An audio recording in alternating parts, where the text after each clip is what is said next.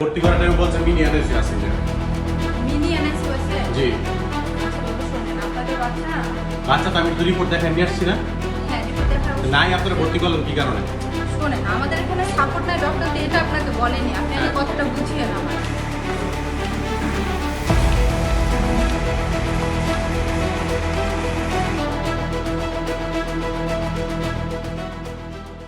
নারায়ণগঞ্জ শহরের অ্যালাইড মা ও শিশু বিশেষায়িত হাসপাতালের বিরুদ্ধে নবজাতকের ভুল চিকিৎসা ও প্রতারণার অভিযোগ উঠেছে।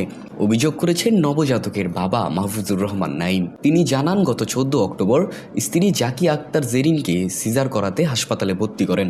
সন্তান জন্মের পর নবজাতকের শ্বাসকষ্ট দেখা দিলে তিনি অন্য হাসপাতালে নিতে চান, কিন্তু হাসপাতালের পরিচালক ও শিশু বিশেষজ্ঞ ডাক্তার দেবাশিস সাহা জানান, তাদের কাছে এনআইসিইউ, সিপ্যাপ মেশিন সহ সব ব্যবস্থা আছে, বাইরে নেয়ার প্রয়োজন নেই। নাইম বলেন, তাদের কথায় বিশ্বাস করে সন্তানকে রেখে দিই, কিন্তু 13 ঘন্টা পর শিশুর অবস্থা আরও খারাপ হয়। পরে তারা জানায় আসলে আইসিইউ বা সিপ্যাপ মেশিন নেই। রাতেই শিশুকে প্রোঅ্যাক্টিভ হাসপাতালে নিতে হয়, যেখানে 14 দিন আইসিইউতে লড়েছে নবজাতকটি। অ্যালাইড হসপিটালে সিজার হওয়ার পরে 1 ঘন্টা পরে আমাদের ভিতরে ঢুকতে একজন আসছে বলে যে এই আসেন একটু ভিতরে আসেন, ডাক্তার কথা বলবো। যাওয়ার পরে দেখলাম যে বাচ্চার নাকে 2 লিটার অক্সিজেন দিয়ে রাখছেন। তাই বললাম যে অক্সিজেন দিয়ে রাখছেন কি কারণে, একটু হালকা ঠান্ডা সমস্যা আছে। আমি বললাম যে তাহলে আমি অন্য জায়গায় নিয়ে ডাক্তার দেখাবো। তো ওনাদের হসপিটালে বাইরের কোনো ডাক্তার আসা নিষেধ, মানে আসতে দেন ওনারা, আর আসেও না কি কারণে এটা আমি জানি না। হ্যাঁ, আমার 2টা বাচ্চা যারা দেখাই, হ্যাঁ আমি চাইছিলাম ওনারা দেখাইতে দেয় নাই। তারপরে বললো যে অক্সিজেন করলে সমস্যা এটা সেটা।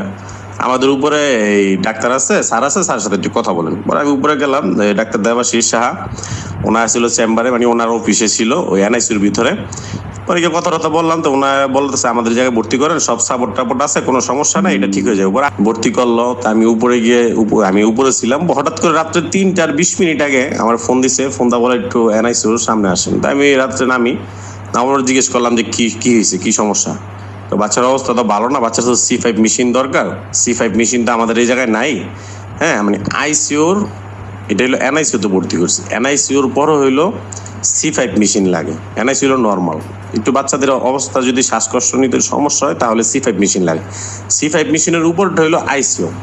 পরে আমার বলতেছে যে C5 মেশিন নাই আমাদের এই জায়গায়, এটা C5 মেশিন লাগবে, আপনি নিয়ে একটু অন্য জায়গায় ব্যবস্থা করেন। তারপর রাত্রে আর কি করবো, রাত্রে আমি আমার বাইক নিয়ে গেলাম, আপনার নবজাতকে সিট খালি নেই, আপনার অ্যাডভান্স কেয়ারে গেলাম, সিট খালি নেই, প্রোঅ্যাক্টিভে যাই হোক ভর্তি করলাম, নিয়ে রাত্রে 5:40 প্রোঅ্যাক্টিভে ভর্তি করলাম। ভর্তি করার পরে C5 মেশিন ওরা রাখছিল। 14 দিন পরে বাসায় নিয়ে আসছে, এখন আলাদা সুস্থ। হ্যাঁ, 11 ঘন্টায় জায়গায় রাখছি, ভুল চিকিৎসা হয়েছে, আমার থেকে সব কাগজপত্র ডকুমেন্টস আছে। আর এই ভুল চিকিৎসার কারণে আমার রাখা লাগছে 15 দিন। হ্যাঁ, আর ওনাদের এই জায়গায় আমি একটা কথা হইলো ডাক্তার দেবাশিসের দৃষ্টান্তমূলক শাস্তি দাবি করি এই কারণেই যে ওনা এনআইসিউ খুলছে এই অ্যালাইড হসপিটালে, ওনা এই হসপিটালের পার্টনার। ঠিক আছে, আমি পরে জানতে পারছি ওনা একটা শিশু বিশেষজ্ঞ ডাক্তার। হ্যাঁ, ওনাকে ডাক্তার বলা ভুল, ওনাকে কসাই। এই ঘটনায় নাইম ফতুল্লা থানায় একটি সাধারণ ডায়েরি করেছেন। তার অভিযোগ, হাসপাতালটি প্রতিদিন রোগীদের ভুল তথ্য দিয়ে নবজাতকের জীবন নিয়ে খেলে।